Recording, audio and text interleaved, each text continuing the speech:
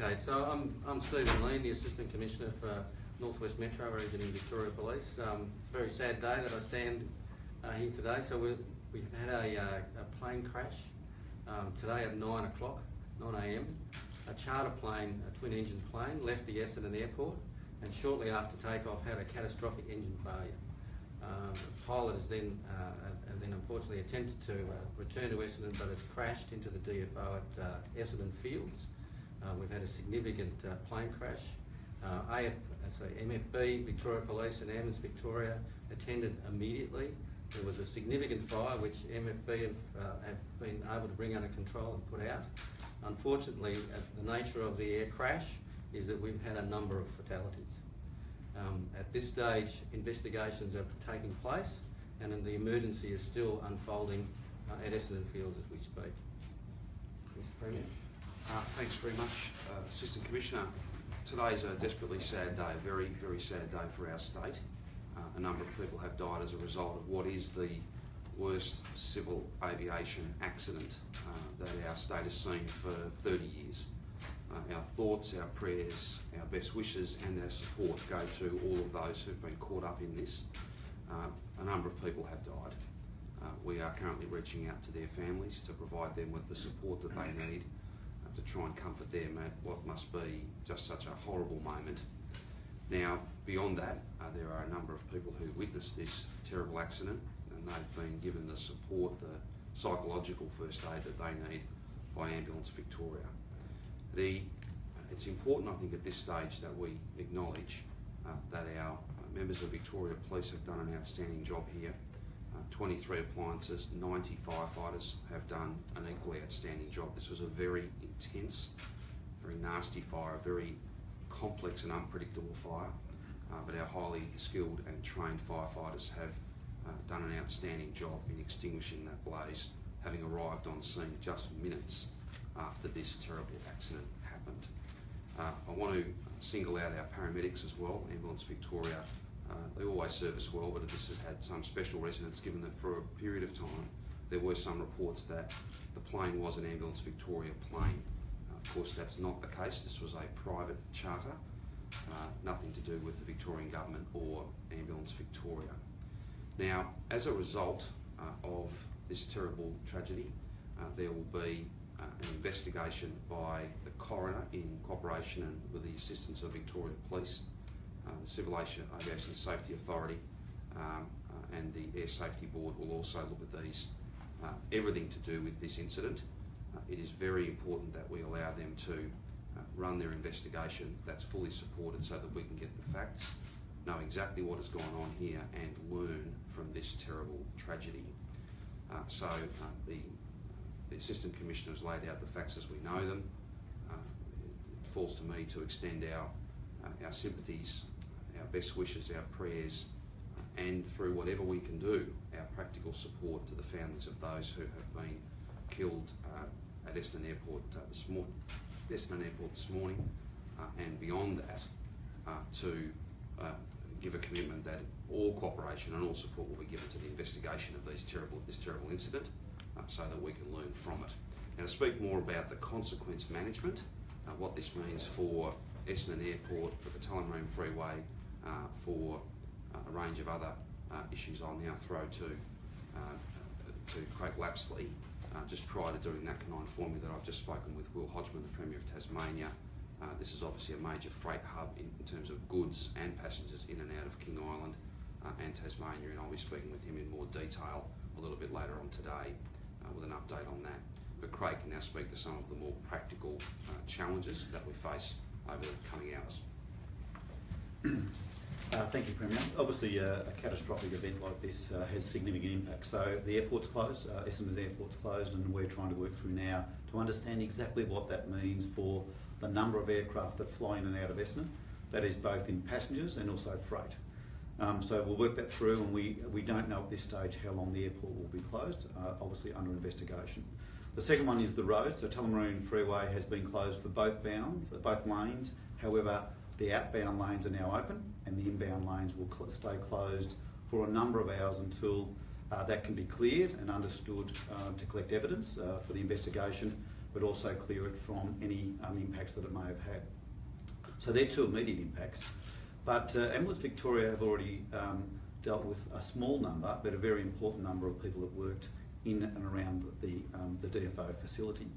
And although they haven't got physical injuries, they've certainly been able to express their concerns about the shock and the trauma that they've experienced today. So that's an ongoing issue, and we have learned a lot from Burke Street, and we have got a different size emergency, but we've certainly got an emergency that will impact on the people and all of those that work in and around the DFO facility, in and around the Essendon Airport. We'll work through over the next number of days to make sure that they get access to be able to talk through those issues, what is the trauma they've experienced, and more importantly to be able to deal with that as a person, as a workforce, as a group of people. So that's very important to deal with the people. Obviously this morning there was 3 schools that were close by. They were closed in the initial stages, very much about smoke and fire. Those schools are now opening, or have opened this afternoon. So that's a good thing. We're trying to minimise it as close to the airport as possible, but it's really important to understand the people issues. From that, we've got Ambulance Victoria operate their air ambulance from Essendon, Victoria Police operate their air wing from Essendon, and obviously Fire run the air crane out of Essendon. All of those 3 are operating under special consideration from the airport, and that's important for the safety of Victoria to ensure that's the case. And on top of what has been a tragic event in Melbourne today, we've also got a very warm, windy tomorrow coming across Victoria. So we've seen the forecast, and we believe 7 of the 9 weather districts will be in severe fire danger rating. We'll confirm that this afternoon, and obviously we want to make sure that people are focused at their safety, and that we've got our air fleet, the firefighting air fleet, available to fly out of Essendon as well. So it's got a number of impacts that are important, and I suppose we just need to take time to understand the people issues. Very good. We're happy to take any questions that you might have. Were the fatalities confined to just plane passengers and pilots? So at this stage, the advice that we have is there's no fatalities other than on the aircraft itself. We at this very moment have police speaking with relatives, so what I would ask is that we're not prepared to release details in relation to that until we've had an opportunity to speak to relatives and for them to contact any other people that they wish to, and then later in the day we'll release details. State Parliament's been told there's 5 fatalities, is that correct? There was 5 people on the aeroplane, and so at this stage it looks like nobody survived the crash. Can you confirm whether the 4 passengers were American? At this stage I can't confirm any detail in relation to that until we've had a chance for families to consume the information themselves, to start the grieving process, and also contact who they want to before it's appropriate to release those details. Premier, should Essendon Airport be shut down in the wake of this? Well, the most important thing is to allow those investigations to run their course and to determine what exactly has gone on here. Those facts will be established as a result of that work, and then any learnings can follow those findings of fact. The most important thing today is not to be second-guessing the investigation, but to be supporting it and allowing it to run its course. Dealing with the facts is the most important and the most respectful thing that we can do. There's been incidents in the past that the Gold family, of course. Do you think there is an argument that it's just too close to commercial precinct and residential precinct? Well, I think rather than offering opinions about what I might think or might not think, I think the best thing to do here is to get the facts of the matter. What exactly has gone on here? Can we learn from it? Can we be safer and better because of it, even as tragic as it is? That's why you have investigations, and that's why we'll thoroughly support those important pieces of work and then be guided by the findings of that. And how important is the airport, given that it does freight, it does VIP and King Island, that sort of thing? I mean, couldn't that be done out of Tullamarine or Moorabbin? Well, there are many thousands of passenger movements and also freight movements that come out of the Essendon Airport each and every year. You know, it's an important transport asset for our state. There'll be some, and they're entitled to, they've had a long-running campaign about these things. Some people will want to have a discussion and a debate about how suitable Essendon Airport is. I think the best thing to do now is to allow those processes to run their course. Let's get the facts, and then we can deal with it from there. Has the American consulate been in contact with you? I'm not able to confirm the identity, the nationality, or any of those details about who was on the plane, and that's just about fundamentally respecting family members and trying to get to them and to support them first. What sort of issues does the aviation fuel that was on the plane cause, or has it caused this morning? There's a standard protocol in relation to quarantining the fuel that was used on a plane that's the result of an accident like this. That has no impact on emergency services, and the normal process is being observed. The airport is closed, but that does not affect Ambulance Victoria or the police airwing. How extensive is the damage to the DFO? I think I might be. So, we've described the engine failure as catastrophic. We can say that the air crash itself was catastrophic. So there's significant building damage, so where the aeroplane has collected the building, and it's also unfortunately crash landed into the car park. So there's significant structural integrity issues in regard to the building, and so we'll have to get some engineers to look at that. And there's also, as we talked about, we've still closed the inward bound of the Tullamarine Freeway. We need to look at both evidence and debris, and to make sure that from Vic Roads that the freeway is safe to be open. So roughly how many businesses, or how many businesses are affected by it? It's a significant centre. Fortunately for those who may have been intending to shop there, it didn't open until 10 a.m. So the only people that were in attendance were staff and other people. So, do you know how long the aircraft was in the air for before it hit the shopping centre? it had just taken off from Essendon Airport, so moments in the air. And did the pilot manage to get out a distress call before it? Exactly what the pilot communicated I haven't got with me, but that'll be significantly part of the investigation, and the Australian Transport Safety Bureau will make sure that we get all that detail.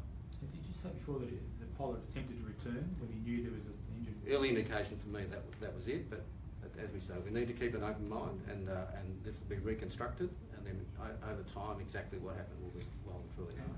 Looking at the fireball and the shop division, he's incredibly lucky no one was at the back of those stores or in the car park at the back of the stores, that no one was even hurt. So it was a catastrophic plane crash that I think has taken a number of lives, but certainly if we look at the circumstances, we've been very lucky today, depending on the time of day and who was around. How complex is it to try and put it out of fire in that situation? Perhaps if rely on my fire colleagues. Obviously, there is complexity with this fire in the sense that it's hit a building, it's gone in through a building, and it's come out into the car park. Obviously, the main fuel is its own fuel itself. So what was burning was aviation fuel, obviously in the black plume that came off it, and then obviously the systems inside DFO, the building itself, were activated, so sprinklers to reduce the fire extension in the building. Still a very extensive firefight, a very complex firefight, and one that offers a lot of safety issues. So firefighters have done exceptionally well to pull it up, contain it to the area, and extinguish it in the shortest period of time. So it has been a significant firefight in its own right. Because there was such a large fire, how complex is that investigation going to be now? Well, actually it adds to that problem of what's left behind to be able to investigate. So that's the complexity of what is an aircraft, a building, a car park, a fire, and debris that's spread over a larger area. So that's where obviously the area itself is quarantined for the investigation and will be for something else. One for the Assistant Commissioner is, are you able to confirm why the plane was going to King Island? Was it a golf trip? No, look, I think I prefer not to go into detail about who was on the plane or the reason they were. I think we still have to be sensitive to family members who will be aware. So we undertake that we will release that detail about identity of those on the plane as soon as we can. Assistant Commissioner, I just asked you about yesterday's discovery of the body, please. Is there anything you can tell us about that? No, I can't. I haven't been briefed any further than what I've seen in your media reports, I'm afraid, since last night. So what happens from now? How long do you think emergency services will be at the scene at Essendon? So as just described, this is a really complex scene involving quite a deal of space and a major freeway across Melbourne. There's three significant investigations. So the coroner has an interest on behalf of the state of Victoria for the deaths. Victoria Police will assist the coroner in that investigation. The Australian Transport Safety Bureau has primacy in regard to the air crash. They're already on scene and working with Victoria Police and the coroner. In addition to that, the CASA and other authorities will have interest in the outcome of the investigation. So as we speak right now, already those investigations are in place. Already the leads of those investigations are on site, and they're working through the issues to make sure that they can ascertain exactly what's going on and share as much of that information across those investigations as we can. Very good. Thank you very much. Thank you.